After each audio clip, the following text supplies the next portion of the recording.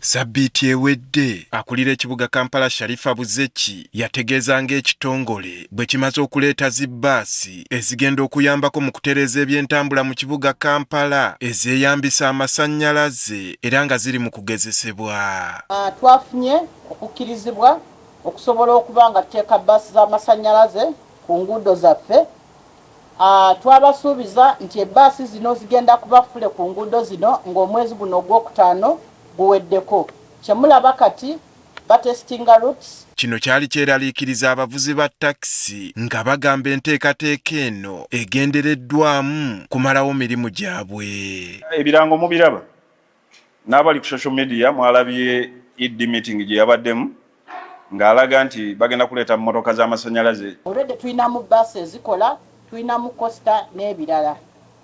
Ekyenjawulo nti zino za masannyalaze naye bbaasi mu Kampala zikoze eki zibaddemu era abantu bakola teziina bwe zigenda ku affectingira nkola y'abalala kubamba we ekyokulabirako oluguudo lwe tugenda okutandikirako twetaaga ebbaasi 6 naye tulinako ebbaasi 8. Olwaleero tunoonyezzaako bbaasi zino okulaba engeri gye zigezesebwamu ku nguudo ez'enjawulo. Bbaasi eno tugirinnyidde Nakawa paka weetutuusizza ku City Square ku shiringisi 1,000 lwokka.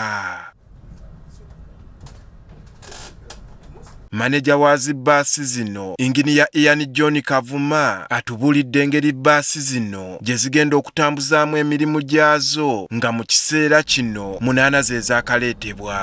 Oluguudo luno lwe twatandise nalwo tutandika okusaabaza bannakampala okuva ssaawa 11 ez'okumakya era ne tukoma ssaawa 3 ez'ekiro. So bbaasi zino zitambula olunaku lwonna. Tulina bbaasi 8. Bbaasi ennya nga ziyita Wandegeya, bbaasi endala ennya nga ziyita Nakawa. Era bwe zituuka mu Ntinda ne ziyisiŋŋanya.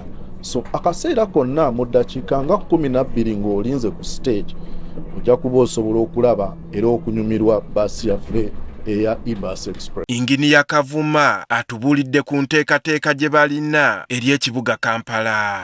Omwaka guno gunaggwerako munnange nga tuwezezza enguudo 5 mokka naye ate omwaka ogujja gunaatuukira wakati nga tulina bbaasi 3 mu Kampala wokka. Era balina n'enteekateeka ey'okwetooloola ebibuga mu ggwanga. Entegeka yaffe eno yakubeera mu bibuga 14 nga tukozesa bbaasi 5,000.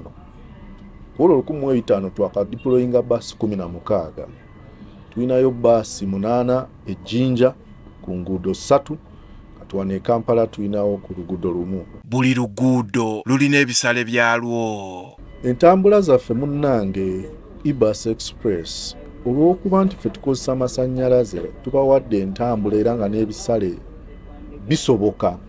Bw'okompeyaringa n'entambula kati ng'olugendo luno lwe tuliko tuli ku luguudo lwa City Square paka Ntinda naye nga ffe tukyajinga 2,000 zokka okwetooloola wonna. Wabula wowe okoma wakati awo oyinza otuwayo nusu 10,000. Ekyenjawulo ku bbaasi zino tezikozesa yadde ettondo ly'amafuta. Ate bannaffe abaagala okugula bbaasi nammwe mujje musobole okukola ki okwettonera tubawe bbaasi z'amasannyalaze ku kibanja mpola ffenna tulabe nga tutambulira ku mugendo. Lwaki ogula liita y'amafuta ku nusu kasaavu naye nga yuniti y'amasannyalaze etambuza bbaasi ennene bw'eti eri ku nusu 8? Bannange ebibalo tolaba nti nno bikola amakulu. Bannayuganda abalina ebibuuzo oba enteekateeka eno teesaanewo nga yaakatandika nga bwe bazze balaba endala okugeza Pioneer bbaasi abaanukudde. Ekirungi ekiri ku nkola ya E-Bus Express nti gavumenti yesinze okiteekamu ssente. Ekyokubiri nti bbaasi ze tukozesa zikolerwa wano nga zikolebwa bannayuganda bannammwe. Bannayuganda nga nze, eggwe, ono n'oli. So tekinologiya ono yennyini gwe tukozesa akoleddwa mu Uganda era tosobola kugamba nti no yeetaaga kukola ki kuimportinga. Baabasaabaze be twogedde nabo abakozesezza ku ntambula eno bagitenda. Omulundi ogusoose mbadde bulijjo empitako buyisi naye nga mbadde nali ntyawo girinnya kubanga ndaba nga ndabika bulungi nga kitya. Beeyi yali ogisanze otya bw'ogeraageranya n'ego? Eno tulinga abatambula eby'obwereere.